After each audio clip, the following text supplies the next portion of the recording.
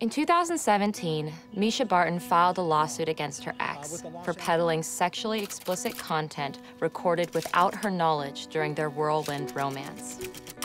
I learned that someone I thought I loved and trusted was filming my most intimate and private moments without my consent. This revenge porn case happened after a few years of especially brutal treatment by the tabloids.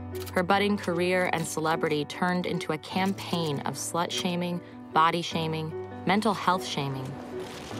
As someone who was thrust into the spotlight for something I didn't do, I can't help but wonder, why is this considered an appropriate way to treat public women? Mischa, up top, please. Now, I'm here in Venice Beach to speak with Mischa about her battles with revenge porn and the importance of solidarity with other women.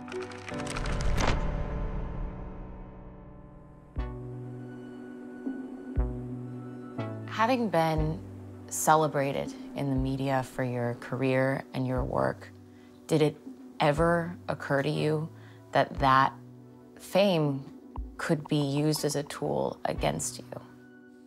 Yes, I think you know what you sign up for. Once you're in the public eye, you kind of know that you're more vulnerable. But you know, I mean, everybody's relationship with the media, I think, and you can probably relate to this, that goes through tidal waves. It's a roller coaster ride. Mischa rose to fame as a 17-year-old starlet on Fox's hit show, The O.C. This song reminds me of you. After her role as Marissa Cooper catapulted her to fame, Mischa became a tabloid darling. Once she became a fixture of the LA party scene, the press coverage around her started to sour. Things would only get worse when she met John Zacharias. It was one of those things where you really can't help who you fall in love with. It only lasted like, I think 8 days, 9 days, and he'd seemingly studied law, was like outgoing, gregarious, funny, always made everybody laugh. And also I got to know him because of my actual like neighbors and friends around. It was almost like the world had vetted him for you. Yes, I felt that he was safe. How did you find out that he had sexually explicit materials he had recorded without your knowledge? Well, I didn't know forever until one of his friends came to me and said, you should be careful about him. Oh. And I'd already started to sense around this time that there was a problem. And then he started bragging about it. Wow. To the wrong people who came to me. But then there was still no like specific proof, and you would just hope that it would disappear. And then when did that penny drop where you were like, oh my God? Finally, it broke in the press. I woke up one day to my friend ran downstairs and she was like, wake up and you have to get up because, you know, this is all over the press and apparently like all these porn sites are looking to buy it. And I was like, you know, as you can imagine, completely devastated. We have seen a lot of stories recently of female celebrities being targeted, targets of so-called revenge porn. It's not just a number of porn sites that the video is allegedly being shot to. Was fear the main feeling that you were feeling at that time? I don't know. I mean, I was afraid. It was a lot of things. It was a mixture of emotions. I'm sure a lot of women who go through anything similar feel the same kind of mixture of rage and fear and uncertainty. Yesterday, actress Mischa Barton and her attorney, Lisa Bloom, held a press conference announcing their plan to prosecute someone who's allegedly shopping around videos and photos of the actress. And then I learned something even worse. That someone is trying to sell these videos and make them public. I think that's what most predators are banking on, that you'll have that shame inside and that you won't fight back. And to be honest, your head is spinning and you don't know what to do. But at the end of the day, like, you know, I was raised much stronger than that. When did you decide to take the case to court? What made you think this is what I need to do? Well, I knew that if he'd done it before, he could do it again. That's one thing. That was a huge part of it. And also, I had no choice. He was now trying to peddle, he was trying to sell it for money. So he put like a $500,000 price tag on it. Did it ever, like, were you ever afraid to stand up for yourself? I mean, of course you're afraid to stand up for yourself. I definitely was. And don't forget, this was before, like, Me Too and Time's Up, and so, like, it was extremely taboo. I had no idea what revenge porn was. That was completely foreign to me. Did you feel like you needed someone to tell you how you could protect yourself?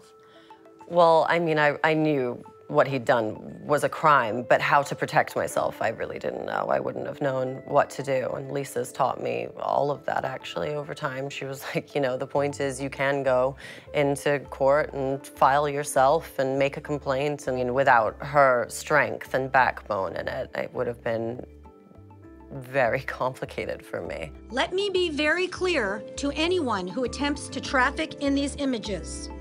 You are now on notice of these court orders.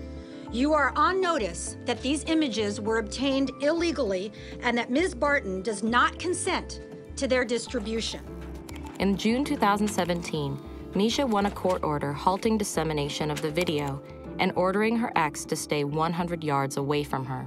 What was it like when you won this case in court? It was so amazing. Yeah, it's a wonderful feeling to know that you've done the right thing, even if you had to fight for it.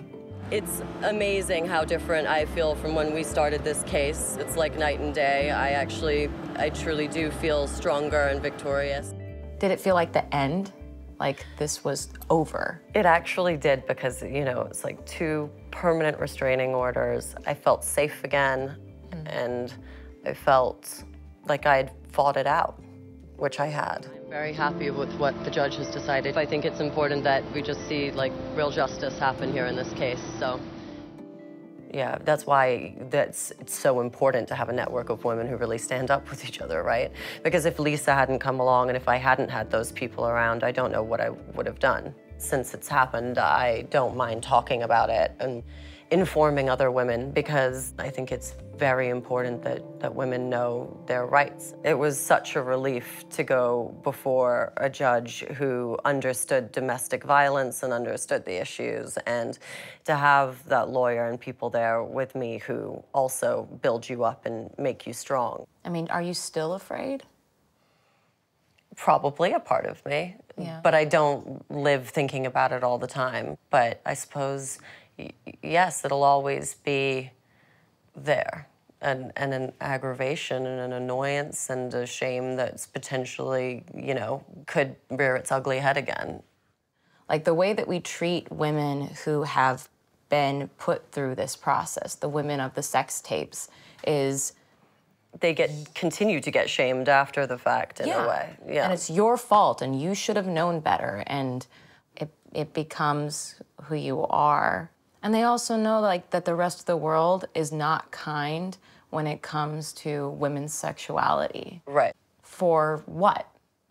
Like, for trusting someone enough to, like, be intimate with them? Like, I think we're lucky to be living in a time now, finally, when we can bring the discussion of feminism back up and women empowerment. There's strength in the discussion. Well, thanks. I really appreciate you talking about something that's, like, so just deeply dreadful. It takes a lot of courage to come out and say it. So, thank you.